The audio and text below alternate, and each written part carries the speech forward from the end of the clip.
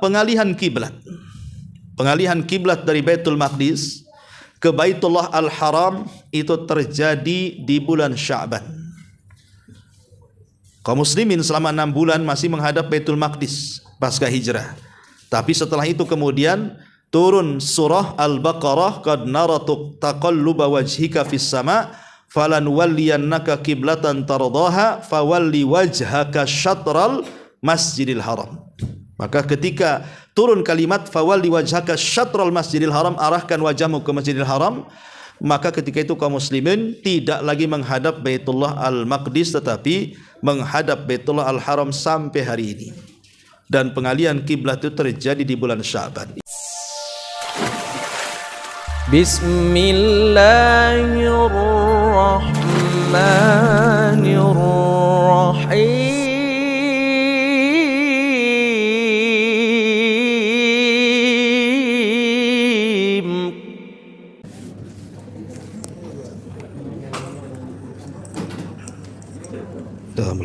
Bismillahirrahmanirrahim.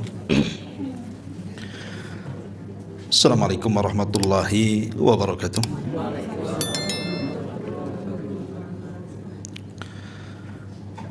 Alhamdulillah wassalatu wassalamu ala Rasulillah wa ala alihi wa sahbihi wa mawalah wa la hawla wa la quwata illa billahi wa ba'du.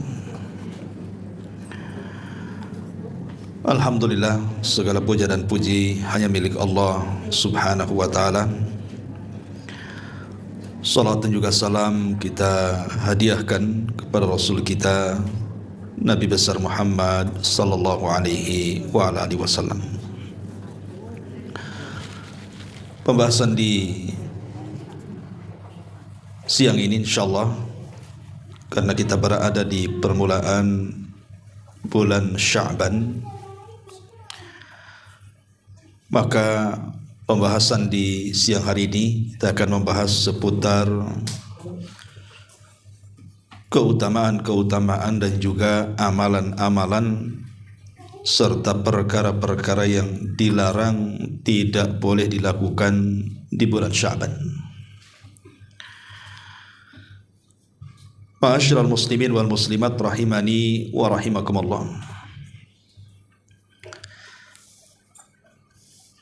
Ada sebuah hadis yang menunjukkan tentang kemuliaan bulan Sya'ban. Walaupun sebenarnya bulan Sya'ban sendiri secara bulan itu tidak ada keistimewaan lain dengan bulan Rajab kemarin. Itu satu di antara 4 bulan hurum. Ataupun bulan Ramadan, jelas dia adalah pemimpin bulan-bulan. Tapi bulan Sya'ban itu secara bulan memang tidak ada keistimewaan, karena dia bukan Ashhurul Hurum, dia juga bukan bagian daripada Ramadan. Dia adalah sama dengan bulan-bulan yang lainnya seperti Rabiul Awal, Safar dan yang sejenisnya. Tapi meski demikian, karena posisinya bulan Sya'ban itu adalah terjepit di antara 2 bulan mulia, bulan Rajab dan bulan Ramadan. Kemudian dia juga seperti muqaddimah di bulan Ramadan. Makanya bulan Sya'ban pun menjadi perhatian Nabi sallallahu alaihi wasallam. Apa yang diperhatikan Nabi di bulan Sya'ban, di mana Nabi sallallahu alaihi wasallam memperbanyak puasa di bulan ini. Makanya satu hari Usama ibn Zaid radhiyallahu an datang menemui Nabi sallallahu alaihi wasallam. Kemudian Usama ibn Zaid mengatakan, "Ya Rasulullah, wahai Rasul, kenapa engkau melakukan puasa lebih banyak di bulan Sya'ban dibandingkan puasa di bulan-bulan yang lainnya?" Maksudnya puasa sunnah, bukan puasa wajib ya. Maka Nabi sallallahu alaihi wasallam memberikan alasan, "Dzalika syahrun yaghfulun nasu anhu." Kata Nabi sallallahu alaihi wasallam, karena bulan Sya'ban adalah bulan di mana manusia mulai lalai. Di sini Rasul memberikan alasan, dzalika syahrun yaghfulun nasu anhu bainar Rajab wa Ramadan. Alasannya kenapa manusia lalai, karena bulan Sya'ban itu terjepit di antara Rajab dan Ramadan. Ma'asyiral muslimin wal muslimat rahimakumullah. Di sini Nabi sallallahu alaihi wasallam berikan alasan kepada kita kenapa Nabi sallallahu alaihi wasallam memperbanyak puasa di bulan Sya'ban ini, karena alasannya manusia banyak yang lalai di bulan ini. Kenapa lalai? Karena terjepit di antara dua bulan mulia, bulan Rajab dan Ramadan. Dan umumnya orang kalau masuk di Sya'ban itu, cara berfikirnya itu adalah seseorang bagaimana caranya apabila masuk Ramadan tidak disibukkan dengan dunia. Makanya kemudian banyak manusia di bulan Sya'ban itu mereka berlomba-lomba mengejar dunia supaya di bulan Ramadan tidak disibukkan.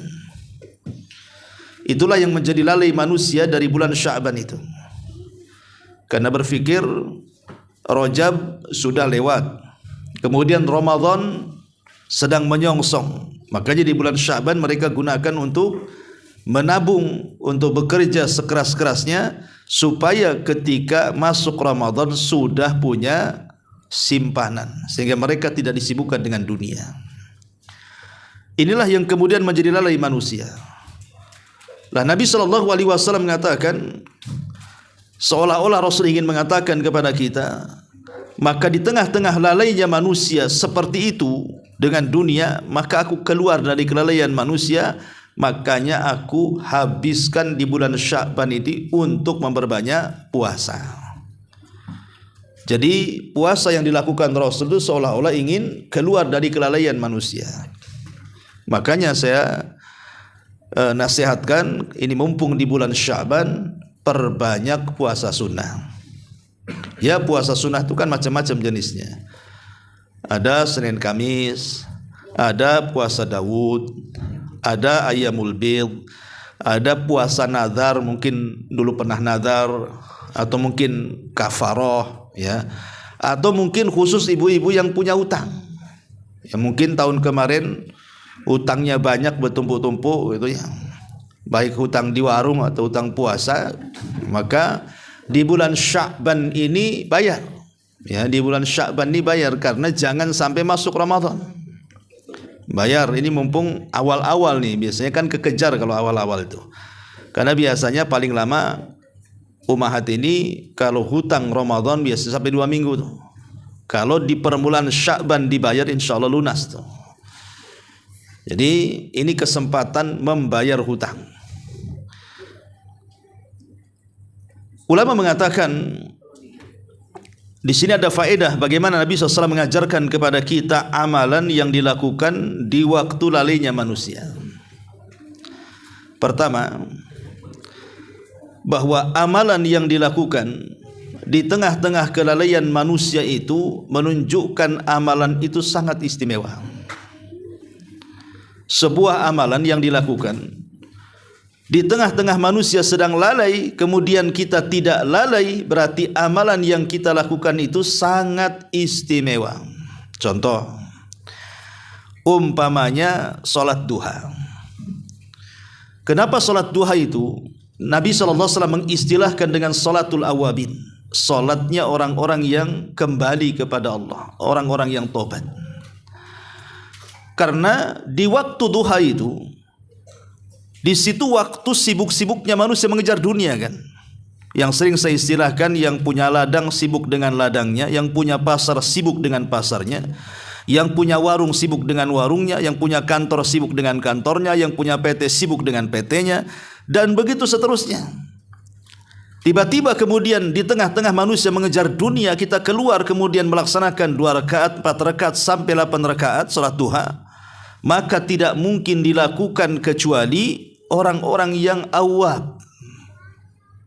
Gak mungkin orang lagi sibuk-sibuk cari kerja tiba-tiba udahlah berhenti dulu sholat gitu ya. Itu tidak bisa dilakukan kecuali orang awam. Orang awam itu orang yang betul-betul dia mendekat kepada Allah. Makanya sholat duha itu dijadikan sholat sunnah yang paling utama di siang hari. karena dilakukan di waktu lalainya manusia. Atau contoh yang lainnya, salat tahajud. Salat yang dilakukan di sepertiga malam akhir itu kan juga sama. Salat tahajud itu menjadi salat yang paling afdal dari seluruh salat sunnah. Bahkan salat yang paling afdal setelah salat wajib lagi adalah qiyamul lail. Kenapa? Karena dilakukan di tengah-tengah lalainya manusia. Manusia sedang ngorok, sedang tertidur, entah sedang mimpi apa di situ. Tiba-tiba kemudian dia bangun, kemudian bermunajat kepada Allah. Ini kan tantangan, ya. Tidak semua orang sanggup melaksanakan itu. Melaksanakan qiyamul lail tidak semua sanggup, kecuali memang orang-orang yang ingin bertobat kepada Allah Azza wa Jalla. Makanya ibadah yang dilakukan di tengah kelalaian itu sangat istimewa. Begitu juga ibadah yang dilakukan di bulan Sya'ban. Orang yang melakukan ibadah di bulan Sya'ban itu sangat istimewa. Kenapa? Karena bulan ini dilalaikan manusia. Ini yang pertama. Kemudian yang kedua, ibadah yang dilalaikan manusia itu biasanya asyak wa asyad, sangat berat untuk dilakukan. Sangat berat untuk dilakukan. Sehingga tidak ada yang bisa melakukannya kecuali orang-orang ikhlas. Kalau tidak ikhlas tidak bisa melakukannya. Jadi betul-betul hanya orang-orang ikhlas saja yang bisa melakukan ibadah di tengah-tengah lalainya manusia. Makanya ibadah yang dilakukan di tengah-tengah lalainya manusia biasanya lebih ikhlas. Lebih ikhlas dan lebih berat lagi. Dan itu pahalanya lebih besar lagi. Ini yang kedua. Kemudian yang ketiga, di antara keistimewaannya tentu juga disebutkan para ulama, karena bulan Rajab ini kamuqaddimati Ramadan, seperti Imam Al-Hafidh Ibn Rajab mengatakan, dia adalah sebagai muqaddimah Ramadan. Maka puasa di bulan Sya'ban ini kedudukannya sama dengan qabliyah dan juga ba'diyah. Jadi dalam salat sunnah itu ada namanya qabliyah dan ba'diyah. Maka dalam puasa juga sama, ada namanya qabliyah dan ba'diyah. Qabliyahnya Sya'ban, ba'diyahnya Syawal. Ya, jadi ibadah yang mendekati ibadah wajib itu biasanya lebih utama. Ibadah sunnah yang mendekat kepada ibadah wajib, biasanya ibadah sunnah itu lebih utama dibandingkan yang lainnya. Contohnya rawatib. Maka di antara sekian salat sunnah itu yang paling utama itu rawatib. Kenapa? Karena rawatib itu kan mendekati wajib, baik dilakukan setelah atau sesudah kewajiban. Maka Sya'ban juga sama. Ya, Sya'ban dan Syawal itu sama tuh. Di Sya'ban kita memperbanyak puasa berarti sama dengan qabliyah Ramadan. Nanti masuk Syawal, di situ ada puasa sunnah juga 6 hari. Lah itu namanya ba'diyah Ramadan. Dan dua puasa ini baik Sya'ban ataupun Syawal bisa menyempurnakan puasa Ramadan. Itulah kenapa kemudian ibadah yang paling utama di bulan Sya'ban ini adalah perbanyak puasa. Ini yang pertama. Kemudian yang kedua, ibadah yang tak kalah pentingnya juga di bulan Sya'ban ini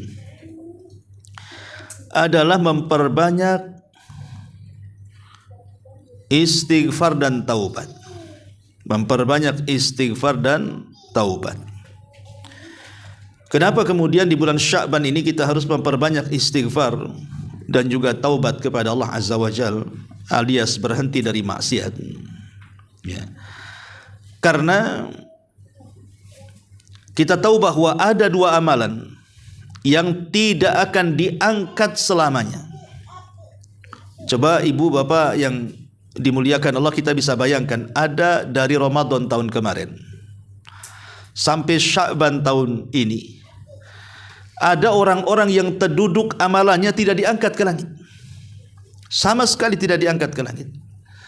Padahal dia sudah lelah letih mengumpulkan dari Ramadan tahun kemarin sampai Sya'ban tahun ini, entah dengan qiraah Qur'annya, entah dengan qiyam lailnya, entah dengan silaturahimnya, entah dengan baca Qur'annya, entah dengan birrul walidainnya, atau ibadah-ibadah yang 1 tahun dia lakukan dengan penuh kesungguhan. tapi ketika sudah sampai di bulan Sya'ban amalan itu tidak diangkat. Kan rugi itu. Apa yang menyebabkan amalan 1 tahun tidak diangkat coba? Padahal kita kan pengen sekali amalan kita diangkat dan diperlihatkan kepada Rabbul Izzati wal Jalal, Allah Subhanahu wa taala. Alasannya sebagaimana hadis Nabi sallallahu alaihi wasallam yang dikeluarkan oleh Imam At-Tabrani, dan hadis ini disahihkan oleh Syekh Nasiruddin Al-Albani rahimahullahu taala. Dari hadis Mu'ad bin Jabal radhiyallahu an, Rasul mengatakan, "Ya tali'ullahu ila jami'i khalqihi lailatan nisfi min Sya'ban fayaghfiru li jami'i khalqihi illa li musyrikin wa musakhin." Allah akan mendatangi seluruh makhluknya. Kapan itu? Pada malam nisfu Sya'ban, pertengahan bulan Sya'ban. Untuk apa? Untuk mengampuni seluruh makhluknya.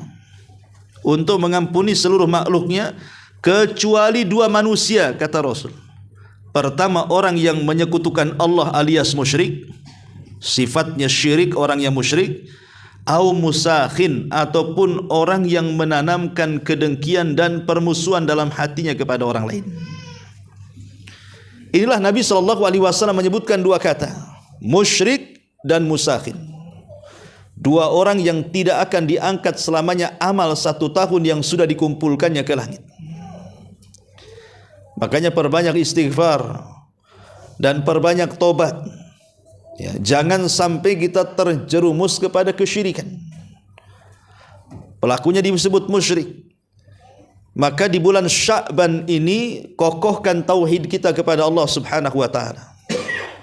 Jangan sampai di bulan Sya'ban ini datang ke dukun, percaya kepada tangkal, kepada jimat, kepada klinik-klinik, datang ke kuburan meminta-minta di situ. Ya, ataupun umpamanya jatuh kepada perkara-perkara syirik lisan yang tanpa sadar kita ucapkan. Itu bagian daripada kesyirikan juga. Dan itu banyak di masyarakat. Seperti umpamanya lisannya itu menunjukkan akan kufurnya kepada nikmat Allah Azza wa Jalla. Sitru ni'amillahi azza wajal, menutupi nikmat itu datang dari Allah. Dan ini juga sebuah kesyirikan, kekufuran, walaupun hanya syirkul asghar, tapi ini bisa tangga menuju syirkul akbar. Menutup-nutup nikmat Allah Subhanahu wa taala itu tidak mau dinasabkan kepada Allah. Seperti kalau orang ditanya, "Kamu dapat duit dari mana?" Dia bilang, "Ya kerjalah, dari mana lagi?" Ya. Maka kalimat ini walaupun sederhana kan sebenarnya, betul sebenarnya jawabannya. Dari mana kau dapat duit? Kerjalah. Itu kan kerja, nih kalimat kerja benar, karena kalau tidak kerja nggak dapat duit kan.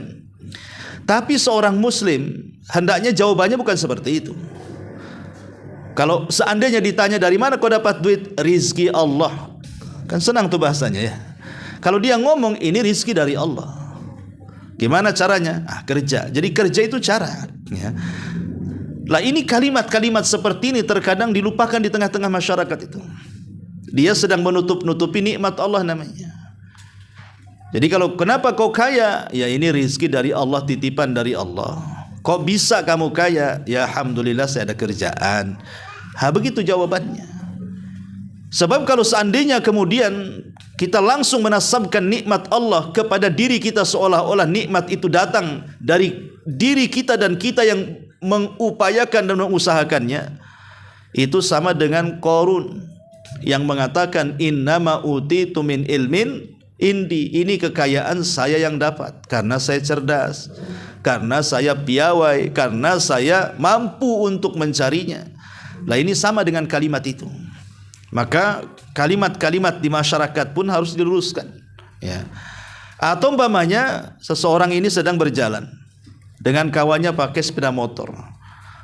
Tiba-tiba kemudian di tengah jalan ada lori, hampir nyerempet dia, tapi dengan kepiawaiannya dia bisa selamat tuh dari lori gila tuh. Tiba-tiba dia mengatakan, untung kamu hebat nyetirnya katanya. Coba kau tak hebat, kena langgar lori lah kita, habis dibawa ke Tamiang kita umpamanya ya. Lah kalimat-kalimat seperti ini nggak boleh dilakukan, diucapkan. Kenapa? Karena menasabkan keselamatan kepada sopir itu salah. Selamat itu datang dari Allah. Ya, memang betul dia ini piawai, dia ini pintar ketika nyetir. Tapi seorang muslim bukan itu kalimat yang diucapkan. Harusnya dia mengatakan apa? Kalau bukan karena Allah, kemudian anti yang pandai nyetir, antum yang piawai nyetir, tentulah kami ini sudah kelanggar lori, gitu maksudnya. Jadi jangan sampai kita tutup-tutupi nikmat itu berasal dari Allah. Tetap kita katakan ini rizki dari Allah. Kalau bukan karena Allah, itu penting kalimat itu, supaya tidak terjerumus kepada syirkul asghar, syirik kecil. Ya. Atau di masyarakat itu kan ada orang yang mudah-mudah ngomong begini, kalau bukan saya yang bantu, kalau bukan saya yang kasih modal, kalau bukan saya yang tolong, oh kau ini sudah begini dan begitu. Mungkin sudah jadi gembel di Batam ini, mungkin kau sudah pergi dari sini, mungkin kau tidak akan sukses, mungkin kau sudah jadi ini jadi itu. Lah kalimat-kalimat seperti ini juga tidak boleh diucapkan. Ini syirkul asghar namanya. Karena kalimat-kalimat seperti ini seolah-olah melanggar takdir. Karena kalimat seandainya, kalaulah, apabila dan begitu seterusnya, itu membuka amalan setan tuh. Lau itu taftahu amalus syaitan, kata Rasul. Kalimat seandainya, andai kata, bila mana itu membuka pintu setan, kata Nabi. Kenapa? Karena kalimat kalau bukan karena aku, kalau bukan karena pertolonganku, kalau bukan karena modalku, kalau bukan karena ini dan ini dari aku umpamanya, hakikatnya dia sedang melanggar takdir Allah Subhanahu wa taala. Tidak ada urusan kamu dengan suksesnya usaha saya. Berapa banyak orang yang diberikan modal tidak sukses juga, kalau bukan karena Allah yang berikan kesuksesan. Makanya harusnya bahasanya tidak seperti itu. Katakanlah kalau bukan karena Allah, kemudian aku, gitu ya. Kemudian kamu. Nah, itu harus diluruskan bahasa-bahasa di masyarakat seperti ini. Intinya bahwa di bulan Rajab ini hindari kesyirikan. Apakah itu syirkul akbar, ya, ataukah syirkul asghar, syirik kecil. Intinya hindari. Yang kedua, al-musakhin. Musakhin itu artinya orang yang menanamkan dalam hatinya kedengkian kepada saudaranya. Sebenarnya kalau bicara soal maaf memaafkan, sebenarnya waktunya sekarang ini di bulan Sya'ban ini. Jangan nunggu Idul Fitri. Kenapa kamu tidak datang ke si anu minta maaf? Nunggu tahun depan katanya. Maksudnya nunggu Idul Fitri. Ya. Harusnya kalau ingin memaafkan itu sekarang ini bulan Sya'ban ini. Karena bulan Sya'ban ini bulan diangkatnya amalan. Dan yang mengakibatkan amalan kita tidak diangkat setahun itu gara-gara menaruh dendam, dengki, hasad, hasud dalam hati kita. Ada sekarang nih kalau harus minta maaf itu.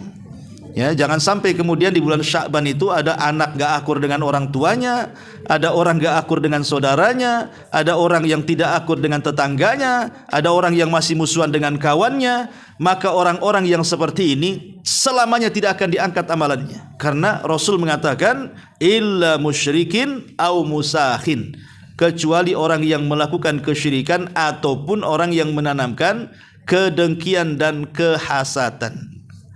Perhatikan di sini, kalimat syirik dan hasad itu ada kemiripan. Kenapa Rasul menyebutkan dua dosa jangan dilakukan di bulan Sya'ban ini? Pertama syirik dan kedua hasad atau dengki. Karena ada kemiripan di antara dua dosa itu. Sama-sama menghapuskan pahala. Adapun syirik, Allah mengatakan la in asyrakta la yahbatanna amaluka. Kalau engkau melakukan kesyirikan maka hancur lebur amalanmu. Adapun hasad, Rasul mengatakan iyyakum wal hasada fa innal hasada ya'kul hasanat kama ta'kulun narul hatab. Hati-hati kalian jangan hasad, karena hasad itu melebur kebaikan seperti api membakar kayu bakar. Ya, sama-sama melebur kebaikan, baik syirik ataupun hasad. Makanya amalan yang kedua, segera bertobat, perbanyak istighfar, tegakkan tauhid, banyak-banyak minta maaf kalau itu berkaitan dengan dosa sesama kita. Ini amalan yang kedua, istighfar dan juga taubat.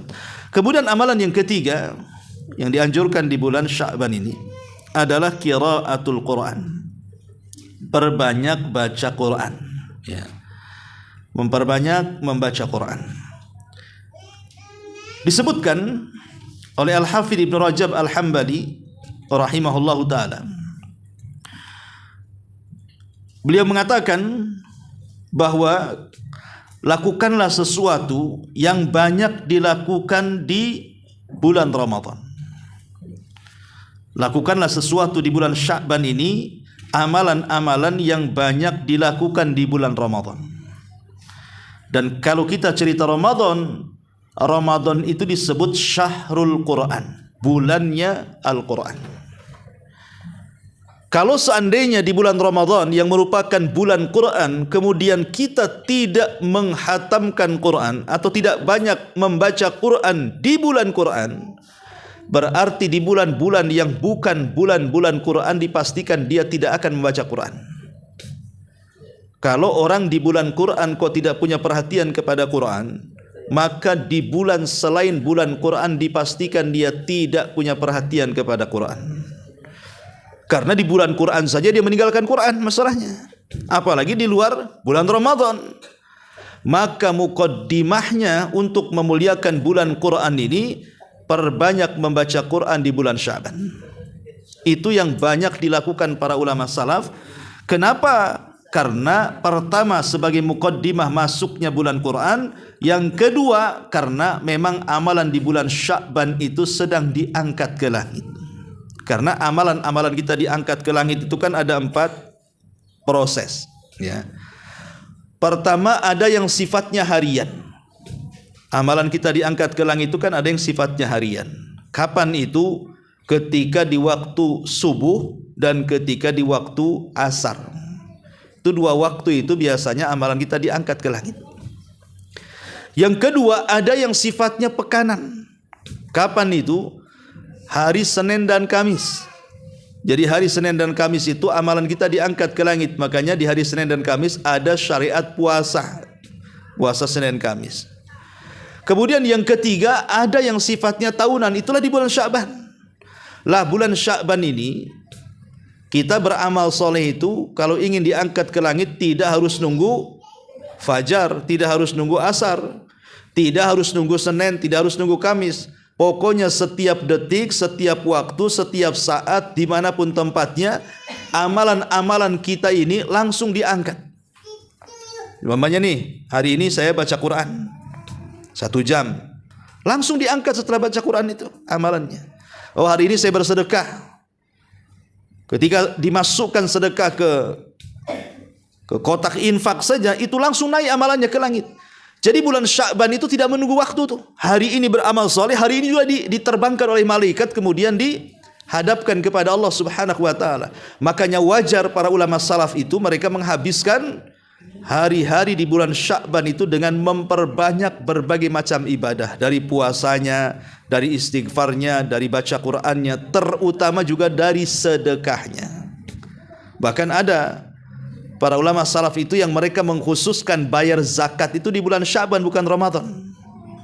Jadi ada sebagian ulama salaf mereka mengkhususkan bayar zakat itu di bulan Sya'ban. Kenapa? Karena di bulan ini lagi diangkat amalannya tadi. Makanya mereka mengkhususkan bayar zakatnya itu Sya'ban bukan Ramadan. Karena satu alasannya amal kita sedang diangkat. Makanya hindari 2 perkara tadi, jangan sampai melakukan kesyirikan, yang kedua jangan sampai melakukan hasad. Nah, itu 2 perkara hindari itu. Ya. Karena 2 perkara ini, oke lah orang saya sudah ngaji Ustadz ya. Kalau syirik mungkin enggak lah. Insyaallah ibu-ibu atau bapak-bapak kalau syirik orang yang sudah ngaji saya kira menghindar betul. Tapi yang satu ini hasad ini kadang-kadang masuk ke semua orang. Hasad ini. Karena hasad ini masuk ke dunia apapun. Ke dunia usaha masuk, ya, gara-gara saingan hasad dengan yang lainnya. Ke dunia tetangga masuk, gara-gara tetangga mobilnya bagus sedikit, mulai saingan. Kenapa mobilnya warna merah? Kok sama? Mau nyaingin saya ya warnanya, umpamanya. Masuk ke dunia macam-macam tuh. Ya, tetangga goreng ikan asin, ibu goreng ikan asin juga. Kenapa kok sama dia? Cium juga baunya ke saya nih. Mau nyaingin saja masakan. Jadi hasad ini masuk kemana-mana tuh. Makanya hati-hati bulan Sya'ban ini. Apalagi sudah tahu kan bahwa bulan Sya'ban ini bulan diangkatnya amal. Setan pun pasti tidak mungkin tinggal diam. Setan pasti berusaha untuk menghalang-halangi anak Adam supaya amalan mereka yang sudah 1 tahun diupayakan, bagaimana caranya tidak diangkat. Pasti setan itu akan berusaha menghalang-halangi kita, tidak dari jalur akidah, supaya dia melakukan kesyirikan. Mungkin agak berat lah kalau sudah hijrah tuh. Pasti setan akan berusaha mengambil jalur yang kedua, ditanamkan hasad, ya. Ditanamkan hasad. Kalau imannya tipis-tipis, ya mungkin setan yang dikirimnya pun yang ecek-ecek kan gitu ya. Ini orang ini imannya tipis, kau aja lah itu goda tuh. Itu disenggol saja miring itu katanya. Tapi kalau imannya tebal, ya tentu juga setan yang dikirim juga setan yang sudah melalui penataran tentunya. Yang artinya setan-setan yang kokoh-kokoh, yang kuat-kuat kan, nggak sembarang diutus tuh, pasti juga setan yang kuat-kuat supaya masuk Ramadan itu tidak ada satu amalan kita tidak diangkat. Nah itu kan rugi, ya. Makanya memang ini bulan pembersihan amal sebenarnya, bulan pembersihan hati, pembersihan lisan, dan pembersihan yang lainnya. Kemudian juga di antara amalan yang sangat dianjurkan adalah qiyamul laili, memperbanyak qiyamul lail, ya. Kenapa juga? Karena qiyamul lail itu bagian daripada rutinitas Ramadan. Jadi qiyamul lail itu bagian daripada rutinitas Ramadan. Dan itu yang paling banyak dilakukan di bulan Ramadan kan, qiyamul lail itu. Makanya kalau kita cerita Ramadan, pasti yang terbentik dalam otak kita itu taraweh. Pasti 3 tuh, taraweh, puasa, baca Quran, ya, sedekah lah kan, itu 4. Itu yang banyak dilakukan manusia tuh. Makanya kalau kita ini sudah terbiasa melaksanakan qiyamul lail di bulan Sya'ban, maka masuk Ramadan insyaallah akan terbiasa dengan qiyamul lail di bulan Ramadan. Orang yang tidak terbiasa qiyamul lail biasanya suka nyalah-nyalahkan imam. Ngapain itu imam tuh? Kok lama kali kan gitu. Nah boleh kan gitu ya. Itu kan terserah imam. Tapi kalau orang yang terbiasa qiyamul lail kan, dia tidak mungkin nyalahkan imam. Justru mengkritik kenapa lambat, kenapa cepat kan itu. Karena dia terbiasa berdiri kan itu. Mam kok kulhu al-baqarah lah kan gitu, umpamanya. Karena dia terbiasa berdiri kan. Tapi kalau orang yang sudah tidak pernah berdiri, kedapatan dapat imam pula yang lambat, kemudian lama tarawihnya, itu dipastikan semalam aja tarawih di belakang dia tuh. Ya kan? Pasti besoknya nyari masjid yang super kilat. Seperti di mana itu yang 23 rakaat 5 menit tuh. Ya. Itu ndak dengar alhamdulillahnya waladdolinnya aja yang keras tuh. Satu nafas ya kan. Nah ini intinya bahwa amalan yang paling bagus itu adalah qiyam al-lail. Dan yang terakhir tentunya juga memperbanyak zikir kepada Allah Subhanahu wa taala. Dan zikir itu juga ada zikir pagi petang, ada zikir sebelum tidur dan sesudah tidur, ada zikir setelah salat, ada zikir ketika keluar rumah, ya kan? Itulah 4 zikir yang disyariatkan untuk dilanggengkan. Kata Al-Imam Ibnu Salah, kalau orang ingin dikatakan ahli zikir, maka lakukan 4 zikir. Pertama zikir pagi petang, yang kedua zikir sebelum tidur dan setelah tidur, kemudian yang ketiga zikir selepas sholat wajib, dan yang terakhir zikir ketika keluar rumah. Orang yang biasa mendawamkan 4 zikir ini, maka dia dinyatakan ahli zikir. Ahli zikir itu bukan tiap hari gitu zikir basah lisannya dari pagi sampai sore, sariawan lama-lama.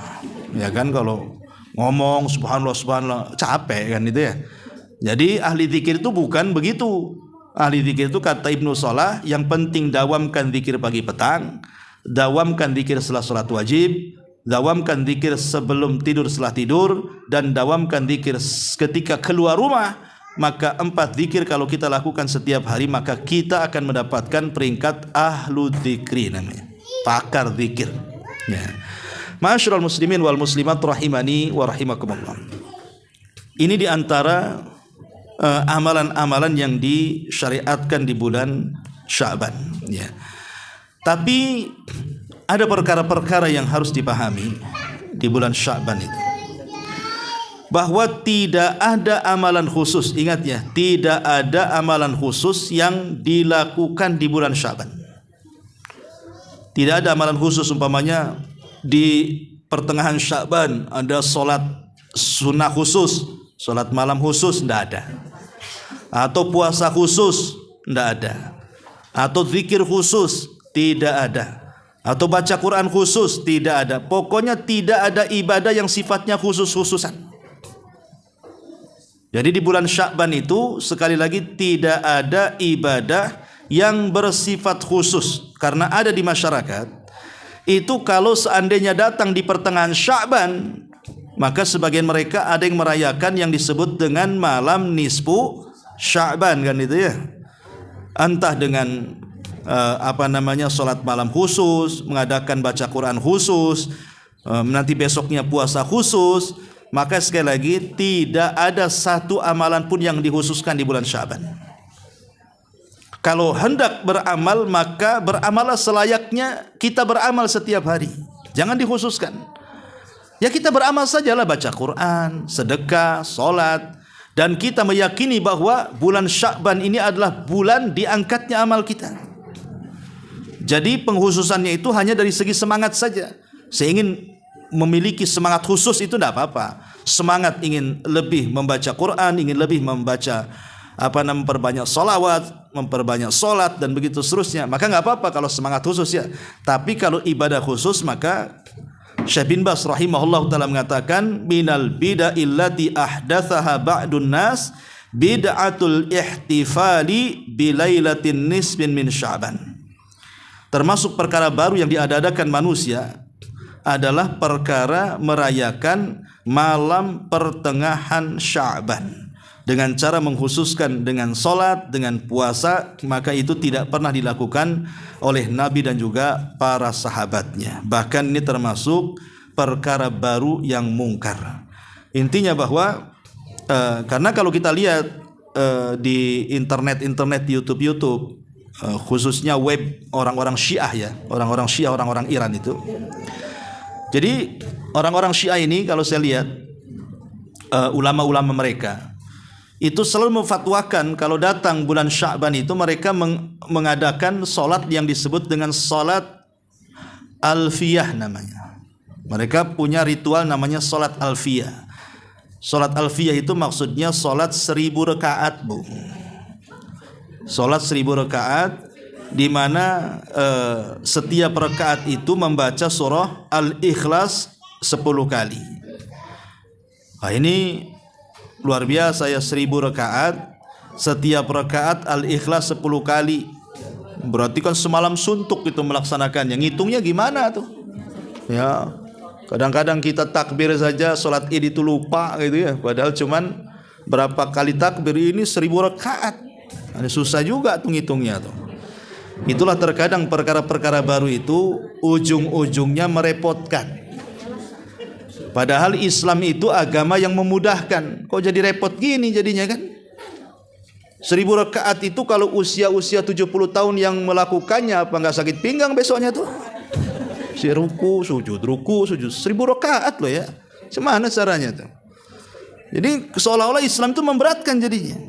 Padahal Islam itu agama yang memudahkan. Ya, jadi tidak ada itu namanya sholat alfiyah, sholat 1000 rakaat itu tidak ada. Ya.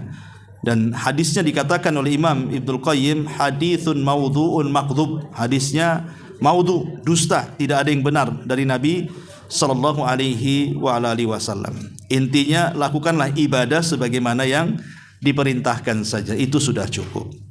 Ma'asyiral muslimin wal muslimat rahimani wa rahimakumullah. Ini hal-hal yang dianjurkan. Adapun sejarah yang terjadi di bulan Sya'ban ini, ada 6 sejarah ya yang paling penting dicatat oleh para ulama. Secara singkat saja karena waktu. Yang pertama, perintah bersolawat. Perintah bersolawat kepada Nabi sallallahu alaihi wasallam itu terjadi di bulan Sya'ban, di mana turunnya ayat surah Al-Ahzab, Innallaha wa malaikatahu yusalluna 'alan nabi ya ayyuhalladzina amanu sallu 'alaihi wa sallimu taslima. Sesungguhnya Allah dan para malaikatnya bersalawat kepada Nabi. Wahai orang-orang yang beriman, bersalawatlah kalian kepada Nabi dan ucapkanlah salam kepadanya. Lah perintah salawat itu turun di bulan Sya'ban. Ini satu. Yang kedua, pengalihan kiblat. Pengalihan kiblat dari Baitul Maqdis ke Baitullah Al-Haram itu terjadi di bulan Sya'ban. Kaum muslimin selama 6 bulan masih menghadap Baitul Maqdis pasca hijrah. Tapi setelah itu kemudian turun surah Al-Baqarah, qad nara taqalluba wajhika fis sama' falanwalliyannaka qiblatan tardaha fawalli wajhaka syatral Masjidil Haram. Maka ketika turun kalimat fawalli wajhaka syatral Masjidil Haram, arahkan wajahmu ke Masjidil Haram, maka ketika itu kaum muslimin tidak lagi menghadap Baitullah Al-Maqdis tetapi menghadap Baitullah Al-Haram sampai hari ini. Dan pengalihan kiblat itu terjadi di bulan Sya'ban. Yang ketiga, disyariatkan puasa Ramadan. Itu terjadi di bulan Sya'ban, tahun kedua Hijriah. Tahun pertama Hijriah Rasul belum disyariatkan puasa Ramadan, tetapi Rasul mensyariatkan puasa tanggal 10 Muharram yang dilakukan orang-orang Yahudi. Bukan ingin meniru orang Yahudi, tidak, tapi Rasul hanya bertanya alasannya. Kata orang Yahudi, kami berpuasa tanggal 10 Muharram itu demi memuliakan Nabi Musa. Maka Rasul mengatakan, kalau kalian berpuasa tanggal 10 Muharram demi memuliakan Nabi Musa, maka kami umat Islam lebih berhak memuliakan Nabi Musa dibandingkan kalian. Maka di tahun pertama Hijriah, Rasul memerintahkan sahabat untuk berpuasa tanggal 10 bulan Muharram. Tapi tahun kedua, di tepat di bulan Sya'ban tahun kedua Hijriah, turun perintah puasa Ramadan.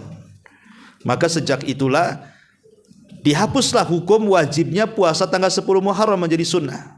Karena Islam sudah punya puasa sendiri yang disebut puasa Ramadan 1 bulan penuh. Maka kewajiban puasa Ramadan itu terjadi di bulan Sya'ban tahun 2 Hijriah. Ini yang ketiga.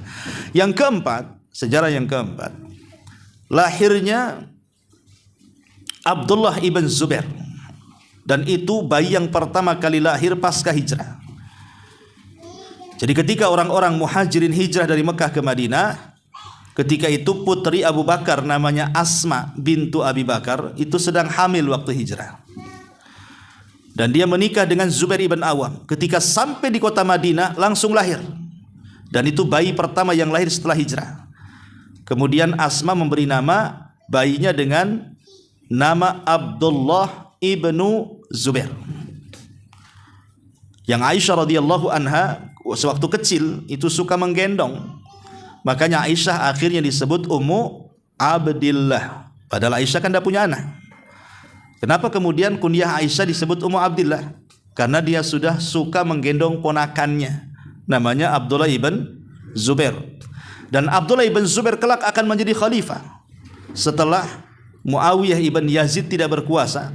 Maka dia memproklamirkan diri dari Madinah sebagai khalifah dan disambut baik kaum muslimin. Setelah era kekuasaan Muawiyah, kemudian era kekuasaan Yazid, kemudian era kekuasaan Muawiyah bin Yazid, baru kemudian Abdullah ibn Zubair menjadi khalifah. Tapi sayang tidak lama kemudian dia dibunuh oleh Hajjaj ibnu Yusuf al-Thaqafi. Kemudian juga yang kelima, lahirnya cucu Nabi namanya Husain. Husain lahir juga di bulan Sya'ban. Dan Husain ini adalah salah satu dari cucu Nabi, di mana seluruh manusia pada hari ini kalau mengaku keturunan Nabi, apakah dia Sayyid, apakah dia Syarif, apakah dia Habib, Habaib atau apa namanya, yang mengaku sampai jalurnya kepada Nabi, maka tidak bisa mengklaim dirinya turunan Nabi kecuali dari jalur dua cucu Nabi, Hasan dan Husain. Ya. Adapun dari Husain harus lewat jalur putranya satu-satunya yang hidup di Karbala, namanya Ali putra Husain atau julukannya Zainul Abidin. Adapun dari Hasan harus dari dua jalur putranya, karena semua putranya mati di Karbala. Pertama Hasan putra Hasan, yang kedua Zaid putra Hasan, Hasan ibnu Hasan atau Zaid ibnu Hasan. Berarti ada 3 manusia yang menentukan seluruh keturunan Nabi sampai kiamat. Pertama, Ali ibn Husain, yang kedua Zaid ibn Hasan, dan yang ketiga Hasan ibnu Hasan. Maka siapapun hari ini yang mengaku keturunan Nabi harus ikut 3 jalur ini. 3 jalur putra daripada Hasan dan Husain. Lah Husain ini lahir di bulan Sya'ban. Husain ini lahir di bulan Sya'ban. Kemudian juga yang terakhir, ya, peristiwa yang terjadi bulan Sya'ban adalah perang Bani Mustalik, yang ketika itu tawanannya adalah salah satu putri pembesarnya namanya Juwairiyah. Juwairiyah inilah yang kemudian dinikahi Nabi. Maharnya membebaskan seluruh tawanan Bani Mustalik. Gara-gara pernikahan Rasul dengan Juwairiyah, maka satu Bani Mustalik masuk Islam. Jadi maharnya itu yang menjadikan Islamnya seluruh kabilah Bani Mustalik. Siapa namanya? Juwairiyah bintu Huyai ibn Akhtab. Lah, pengepungan Bani Mustalik sehingga terjadi peperangan dan dimenangkan kaum muslimin itu terjadi di bulan Sya'ban. Inilah 6 peristiwa besar yang terjadi di bulan Sya'ban. Pertama, perintah bersalawat kepada Nabi. Yang kedua, pengalihan kiblat dari Baitul Maqdis ke Baitullah Al-Haram. Kemudian yang ketiga, apa itu? Tentang kewajiban puasa Ramadan. Kemudian yang keempat, lahirnya Abdullah ibn Zubair. Yang kelima, lahirnya Husain ibn Ali ibn Abi Thalib. Dan yang terakhir, tentang kisah perang Bani Mustalik. Wallahu a'lam bishawab. Ini diantara amalan-amalan dan sejarah-sejarah yang terjadi di bulan Sya'ban. Sampai di sini, mudah-mudahan ada manfaatnya. Kita tutup dengan doa kafaratul majlis. Subhanaka wa bihamdika asyhadu an la ilaha illa anta astaghfiruka wa atubu ilaik. Allahu ta'ala alam. Assalamualaikum warahmatullahi wabarakatuh.